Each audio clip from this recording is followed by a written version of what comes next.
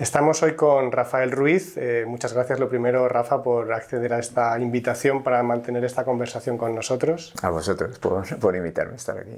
Es un auténtico placer, como en otras ocasiones con otros invitados, pero en este caso también es un lujo por la trayectoria profesional que atesoras y que en este caso, dado que estas conversaciones están planteadas para hablar de cambio climático y áreas protegidas, pero desde la perspectiva de los profesionales, desde la perspectiva individual de personas concretas que desarrolléis una labor profesional de uno u otro tipo, pues claro, tener un currículum de varias décadas trabajando en temas relacionados con el medio ambiente y en nuestro caso áreas protegidas, cambio climático, como ahora voy a comentar, pues creo que de manera muy directa, pues es, como digo, un lujo y te agradecemos doblemente tu participación. Bueno, yo soy Santos Casado, él es Rafael Ruiz, como hemos dicho, y él es ingeniero de montes de formación y llevas trabajando en temas ambientales y en particular áreas protegidas, ahora lo comentaremos, pues como decíamos, varias décadas. Has trabajado en, si no me equivoco, corrígeme, en la Junta de Andalucía, Parque Natural de Cazorla, también en Castilla-La Mancha, en el Parque Natural de Alto Tajo, actualmente, y haremos más hincapié en tu situación actual, en el Parque Natural de la Sierra Norte de Guadalajara y también en el barranco del río Dulce. Eso es. Y además, y procuraremos que nos quede un poquito de tiempo para preguntarte también por esa otra faceta, otra etapa de tu carrera profesional ha estado vinculada a medios urbanos, al Ayuntamiento de Madrid y a trabajar en temas de educación ambiental, de recuperación de espacios, de cambio climático en entornos urbanos. Así que, bueno, es una auténtica maravilla poder hablar contigo de todos estos temas, pero vamos a centrarnos para ubicarnos en tu ocupación actual. Eres el director de este Parque Sierra Norte de Guadalajara. Si tuvieras que explicar tu trabajo de un modo coloquial, o sea, no te pedimos una cosa institucional, ¿en qué consiste ser director de un parque en 2022? Pues bueno, los objetivos de declaración de los parques naturales son básicamente la conservación de los valores naturales, de conservación prioritaria, la restauración de aquellos elementos que estén degradados, el uso público, el fomento de la investigación aplicada a la conservación, la educación ambiental. Entonces eso es un poquito mi trabajo. Por un lado, pues realizar todos los informes y las autorizaciones ambientales de todos los usos y actividades que ocurren en el parque natural y que están regulados por la normativa de declaración de ese parque natural. Y luego, pues, coordinar el presupuesto que hay para esas acciones de toda esa temática que hemos comentado, ¿no? O sea, de desarrollar proyectos de conservación de las especies prioritarias, las especies más amenazadas, el seguimiento del estado de conservación de los hábitats, porque además concurre que el Parque Natural pues, coincide con un espacio Red Natura 2000 y hay un plan de seguimiento de ese CEC y de esa zona de especial protección de aves que conjugan, ¿no? Y luego también pues, proyectos de restauración, como te decía, y mucho tiempo se nos va en el tema de la gestión del uso público y luego la sensibilización, la divulgación, la educación ambiental también, tanto población local como visitantes de los parques naturales. Bueno, tarea no te falta, eso está claro, y nosotros a veces decimos, cuando hablamos de áreas protegidas, de espacios naturales protegidos, que en el fondo son contenedores donde hay un poco de todo, está la sociedad, está la naturaleza, y a veces a los profesionales de estos toca ser un poco como navajas suizas que sabéis hacer muchas cosas. Y además, Santos, perdona, pues muy importante también un papel en los gestores de parques naturales, que es la interlocución y la coordinación de muchas otras instituciones, asociaciones, cuerpos de agentes medioambientales, técnicos del propio servicio de medio natural, pero que gestionan la caza, la pesca, las vías pecuarias, los montes públicos. Que coinciden sobre un mismo territorio. Exactamente. Entonces, buscar sinergias y buscar también la colaboración de todos esos actores en el logro de los objetivos del parque natural, ¿no? Y en esa panoplia, en esa gama de temas, ¿qué importancia tiene a día de hoy lo relacionado con el cambio climático? Adaptación, mitigación, cosas concretas que también afectan a vuestro día a día. ¿Tiene importancia a día de hoy el cambio climático? Sí, tiene mucha importancia. Yo creo que desde hace la última década pues ya se ha puesto en la agenda de los gestores, de de los espacios naturales protegidos. Quizá no tanto en cuanto a desarrollar acciones nuevas, sino lo que venimos haciendo en esa gestión de los parques naturales a la hora de priorizar objetivos y actuaciones. O sea, el tener en cuenta que determinadas especies, en la conservación de la biodiversidad, el cambio climático está teniendo ya un efecto visible, y poner por delante de otras actuaciones a la hora de priorizar esas acciones de conservación dirigidas a las especies o a los hábitats más vulnerables, ¿no? Te pongo un ejemplo, pues los anfibios, las poblaciones de anfibios, que no son tan vistosas como el lince ibérico, el águila imperial, especies mucho más en el foco de atención de la opinión pública, ¿no? Pues vemos que están en declive y muy ligado a todos esos efectos adversos del cambio climático, el aumento de los periodos de sequía, las olas de calor mucho más extremas, los episodios también de lluvias torrenciales, pues están afectando más a determinadas especies. Entonces, por ponerte un ejemplo, en el Parque Natural de la Sierra Norte de Guadalajara, que tiene las únicas representaciones de hábitats de alta montaña en la región, en Castilla-La Mancha, pues ahora estamos poniendo atención sobre especies como el topillo nival, que vive en los hábitats más altos, en las pedrizas del Parque Natural, ya en las zonas de alta montaña, sobre especies indicadoras de cambio climático como la mariposa Apolo, por ejemplo, el Parnasius Apollo, que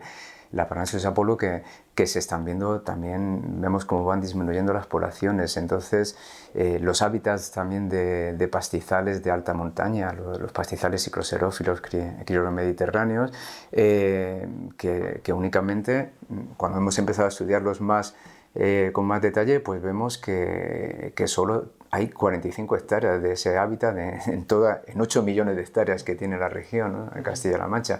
Entonces, no es tan vistoso como un lince, como decías, pero no sí, deja de ser un objeto de conservación de máxima prioridad, efectivamente, ¿no? Y más en este contexto de cambio climático. Te iba a preguntar por algunos ejemplos concretos, pero ya nos los estás poniendo, o sea que podemos avanzar. Y te quería preguntar también, aprovechando que tenemos una edad y tenemos una perspectiva, por si tenemos la formación adecuada para abordar estas cosas. Quiero decir, en la formación que recibimos, en las licenciaturas, en los grados, en las ingenierías o posteriormente en otras oportunidades de capacitación profesional que tenemos a nuestro alrededor, los temas de cambio climático, que hasta cierto punto son, comillas, nuevos, evidentemente no nuevos de hace unos meses, pero como digo, los que tenemos una edad sí que han entrado en determinado momento, por lo menos en ese aspecto de ya de verdad tenerlos encima de la mesa. ¿Crees que hay carencias en la formación o no? ¿Algún comentario en este tema? Yo creo que no, porque hay un retardo, digamos, de los currículos en los estudios universitarios respecto a lo que la sociedad va demandando, lo que va ocurriendo. Bueno, me ocurrió a mí cuando estudié Ingeniería de Montes, que pues en los años 80 no había una asignatura específica de conservación ni de gestión de espacios naturales protegidos, y es a lo que me he dedicado durante 33 años, ¿no? Entonces, gracias al trabajo con expertos en cada tema, pues he ido aprendiendo, pero de forma bastante autodidacta. Ahora sí existe en las profesiones ambientales, ¿no? En las carreras ambientales existe esa asignatura, y con el cambio climático creo que ocurre un poco lo mismo. Lo que pasa es que afortunadamente pues ya sí existen cursos a los que pueden acudir un gestor para, digamos, reciclarnos y poder abordar esos nuevos retos que llegan ligados al cambio climático. Por ejemplo, pues en el CENEAM, pues yo cuando trabajaba en el Ayuntamiento de Madrid llevando educación ambiental y luego el Departamento de Cambio Climático, pues sí que asistí a varios cursos para formarme con especialistas, ¿no? Sí, porque además es un tema, digamos, dinámico que continuamente nos está planteando nuevas informaciones y nuevos retos, pero también nuevas soluciones para ver las cosas en positivo. Acabas de hacer referencia a tu paso, a tu experiencia en el Ayuntamiento de Madrid. Entonces, es que nos queremos centrar en cambio climático y espacios protegidos, pero nos da mucha pena no aprovechar tu experiencia en ese terreno. Entonces, de esa experiencia en el medio urbano, y al final también los medios urbanos y los medios naturales forman parte de un conjunto y de un continuo con múltiples interrelaciones, así que creo que incluso desde ese punto de vista es oportuno.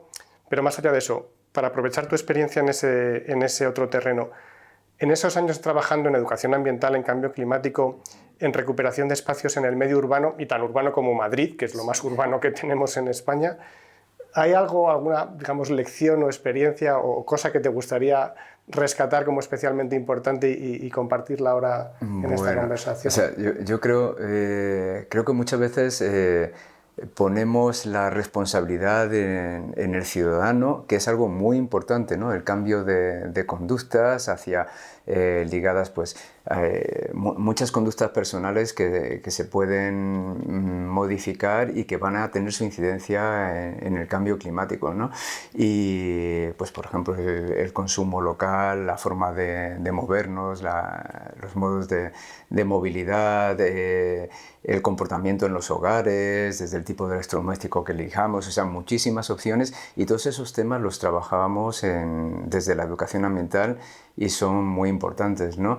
Pero en mi paso luego por el Departamento de Cambio Climático, pues ya ves una visión más global y ahí creo que no es tanto la responsabilidad del ciudadano, sino que hay que poner más peso en temas institucionales que comportan un cambio ya de paradigma, ¿no? O sea, creo que muchas veces estamos hablando, lo que te comentaba, cargar la responsabilidad en el ciudadano, pero creo que es necesario, pues, un cambio de modelo hacia, pues se empieza a oír hablar, ¿no? del decrecimiento, o sea, siempre ese ponernos un listón de crecimiento, creo que es incompatible con la lucha real contra el cambio climático, contra la mitigación real y la adaptación, ¿no? Y creo que ahí, pues, las instituciones, pues, son responsables de hacer políticas que no vayan tanto hacia el crecimiento, sino a otra forma de consumo y de movilidad y todo. Sí, en el mundo ambiental estamos muy acostumbrados a esta dialéctica entre lo local y lo global, y me parece muy oportuna esta reflexión en el sentido de que trabajando en lo concreto, en lo cotidiano, en lo local, a menudo uno se da cuenta de que hay otros aspectos que han de ser abordados en escalas más globales, y hay otras responsabilidades y otros niveles. Hablábamos antes de formación y capacitación, y quizá también nuestros políticos, nuestros gobernantes, pues necesiten en algún momento un poco de capacitación y formación para abordar de verdad estos problemas. Bueno, todos los temas que estamos tratando son de gran interés, y especialmente tratarlos contigo. ¿Hay alguna cosa que no te esté preguntando pero que te gustaría añadir? A lo mejor algún proyecto que tengáis entre manos o alguna cuestión que quisieras aportar. Sí, cuando hablábamos de los parques naturales, pues en los espacios naturales protegidos, cómo está influyendo el cambio climático, hemos hablado de especies, de proyectos de conservación, pero también está el tema de la gestión de los bosques. O sea, es muy importante también el aspecto de la adaptación de los bosques al cambio climático. En el caso del Parque Natural de la Sierra Norte de Guadalajara, por ejemplo, es un parque muy extenso, 120.000 hectáreas y con más de 80.000 hectáreas arboladas. Y esas masas boscosas que proceden de repoblaciones forestales hechas en los años 50, 60, 70, pues son masas monoespecíficas muy vulnerables frente al cambio climático, ¿no? Frente al riesgo de incendios por periodo de sequía. Son masas coetáneas, muy regulares, todas de la misma edad, y en ese sentido, pues tenemos ahora un proyecto que está coordinado por la Oficina Técnica de Europar España, y donde intervienen el CREAF como Instituto de Investigación, Generalitat Valenciana, Generalitat Catalana y la Junta de Castilla-La Mancha, y está orientado, pues, a esa adaptación de los bosques al cambio climático, en cuanto a llevarlos hacia masas más irregulares, con mayor diversidad de especies, no monoespecíficas, sino introducir un mayor número de especies autóctonas, locales de la zona.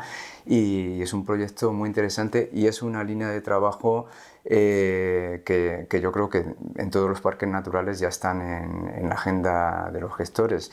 Y este proyecto en concreto, pues, va orientado, entre sus múltiples resultados que se esperan del proyecto, pues está el de crear un índice de vulnerabilidad de esas masas forestales frente al cambio climático, y también un estándar de calidad en cuanto a la gestión. Muchas veces los gestores trabajamos de forma intuitiva, pero es muy bueno pues tener un estándar que podamos chequear de temas que tengamos que tener en consideración antes de diseñar las actuaciones, y hacia eso va orientado ese estándar de calidad en las buenas prácticas en la gestión de... Hay una pregunta que no te hemos hecho, pero que casi estás de algún modo contestando al aportar nuestra información, y es la de que hasta qué punto, dado que la temática que nos planteamos es cambio climático y áreas protegidas,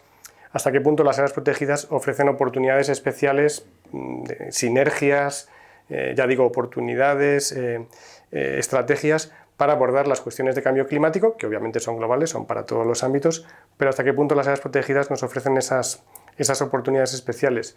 Y por lo que me cuentas, parece que sí, ¿no? Bueno, y en el caso concreto de vuestro parque. Como espacio demostrativo de todo ese tipo de actuaciones, pero también como en cuanto a la sensibilización de los ciudadanos, en cuanto a la educación ambiental, también es un espacio demostrativo de otro tipo de conductas mucho más en contacto con la naturaleza, de consumo sostenible, de comercio local, de producto local, de prácticas tradicionales que permiten un desarrollo económico sostenible, pero muy ligado también a esos recursos naturales que hay ahí, a la naturaleza, o sea, de armonía entre relación de habitante y ciudadano, y creo que eso es un papel muy importante que juegan como espacio demostrativo para los visitantes del parque.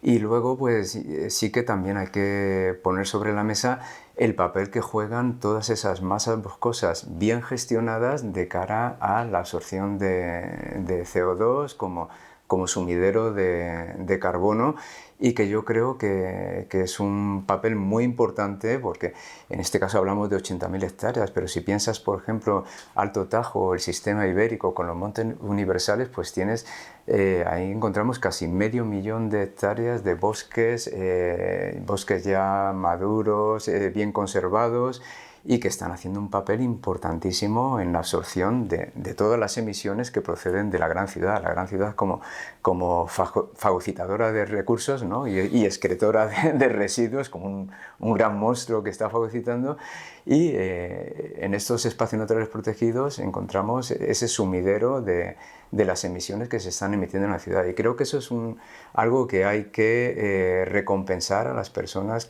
a los ayuntamientos propietarios de esos montes públicos y que están gestionándolos de forma adecuada, y compensarlo económicamente, y que esas compensaciones luego reviertan en una mejora de la calidad de servicios y en que sea más atractivo para la ciudadanía pues el vivir en esos pueblos, como también una línea muy importante contra la lucha contra el despoblamiento rural, ¿no? Entonces creo que es muy muy importante el papel de los parques naturales frente a la lucha contra el cambio climático. Pues nos quedamos con ese doble mensaje para los espacios protegidos, espacios demostrativos y también sumideros de carbono de gran importancia y complementarios en esa dinámica territorial a gran escala de las áreas urbanas.